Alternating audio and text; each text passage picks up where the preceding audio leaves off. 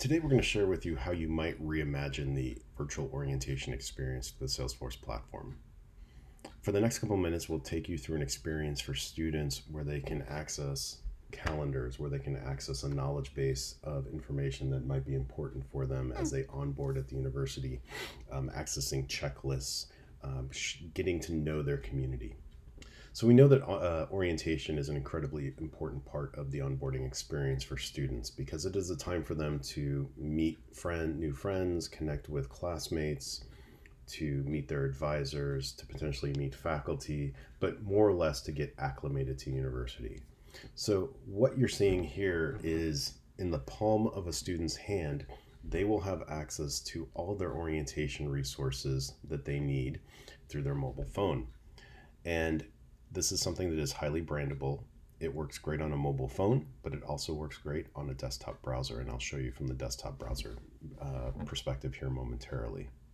As we're going through the student perspective, I think it's also important to note that this is something that a parent would also be able to access. So within Salesforce, you could have a parent portal where the parents would have access to all important information for them, and they can potentially take actions on behalf of their children who are attending our Connected University here.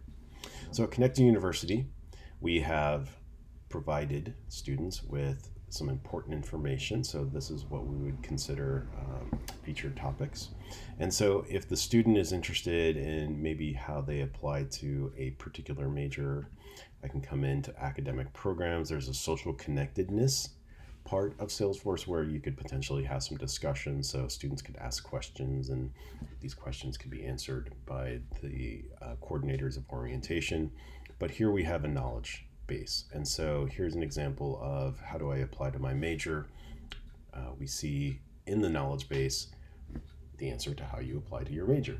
And these knowledge base articles are great because one, they are the same knowledge base that your orientation coordinators will have access to, so provide some consistency in how you're replying to questions that students might ask.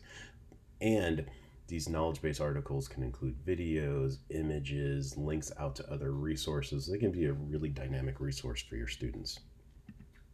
So let's go back home, and I'm just going to switch over to the desktop view here so you can see what that looks like. So again, a very similar experience to what you've seen from the mobile phone. And you'll see I can chat with somebody in orientation here. And so what this does is it brings up our chatbot. And so if I have a question around orientation, I can begin to engage with the chatbot, get a little interactivity. And here's Astra, our chatbot, and I can now schedule orientation because that's what I'm most interested in coming here for, or to use the chatbot and ask me what kind of student I am. So I'm a traditional student, and for traditional students, we've made available certain dates for orientation. So I'm really interested in Monday, April 20th. So I'm going to select that day, and then I can be essentially maybe registered for orientation on that day. With this chatbot, so this conversation can be part of that student record, so we know that the student was asking some questions about particular topics. But also if you had staff that was staffing some of these questions that might be coming in live, this chatbot conversation could hand over to a live person if you have live people available to answer these types of questions, and they can pick up this conversation with the student from the chatbot. So that could also be another nice resource through Salesforce. So let's just close that out here, and I will confirm that I want to end chat.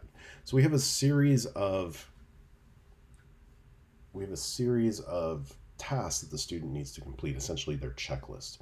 So when we come into our checklist here, we can see Rachel is one of our coordinators for orientation. She might be one of my important points of contact. So here's some information about Rachel. But also I see the tasks that are assigned to me that I have to complete. And so some are not started, in progress, and I haven't really completed any yet as a student. So one of the tasks that I have to do is I have to complete some health insurance forms. So as I complete those health insurance forms, I can go into the task, see what details around that task are. But let's say I'm getting that form. I haven't completed all my forms yet, but I can at least tell Rachel, the coordinator, that I'm working on this. I'm working to complete all my health insurance forms. And so Rachel on the back end will be able to see where the students are with particular tasks. And because there's a workflow engine that's built into Salesforce, we can send reminders to the students maybe a day before that task is due, or if it's overdue, we can send a reminder to that student like, hey, make sure that you complete this task because it's really important for your onboarding. You'll also see here cases. Students can ask questions in a variety of formats, but one form might be a case, and then the students could have some transparency into the cases as they go. You can have a full-fledged orientation calendar built out here, so you could have all the events the student is taking on their orientation calendar. They can also meet Adam, another important person, as part of that onboarding experience. But part of orientation is all about the people and your classmates that you'll be meeting. And what's great here is one is you can just see different groups that might be important for you as you are onboarding here. And that social connectedness that Salesforce offers here, they can go into these various groups. And so these groups around maybe student life, they can receive important information about what's happening on campus, as well as they can ask questions. And there's different ways you can configure these groups. You can see that this is a public group that is broadcast only, which means that the people who are managing this group can push messages out, and then students can ask questions. But there could also be public groups where everybody can kind of interact and post information, or it could be one that is essentially where you have to register for that group or ask for membership into that group. All these groups can be moderated, so I think that's really important to note that you'll know what's going on in these groups. But just coming back here, you could also see that maybe mentorship is something that's really important for the student as they're thinking, even during orientation, about like where their career is heading when it comes time for graduation. So they want to start early, they can sign up to meet with alumni. You can have the ability to message people within the group. So here, Sophia, our student, could message her advisor, or she could message members of the community. Lastly, there's a lot of documentation that is needed during orientation. There might be important forms the student has to fill out. There might be important information they need to download or to have access to, but there might be important information they need to upload to the university. So this important documents library provides them with information around financial aid. If they were international students, they could pull down information around international students, maybe visa information they have to provide, and so on, around some forms. And they can upload information as well. What's really important about this experience, though, through this document library is, again, sometimes information is shared in ways that's not always amenable to students to be able to find it quickly. And here with this document library, you have to sort through your email to find important emails that were sent to you, or find those documents that were buried in emails. Here you can come to one central repository where you have all the documents that you need to download and potentially that you might need to upload.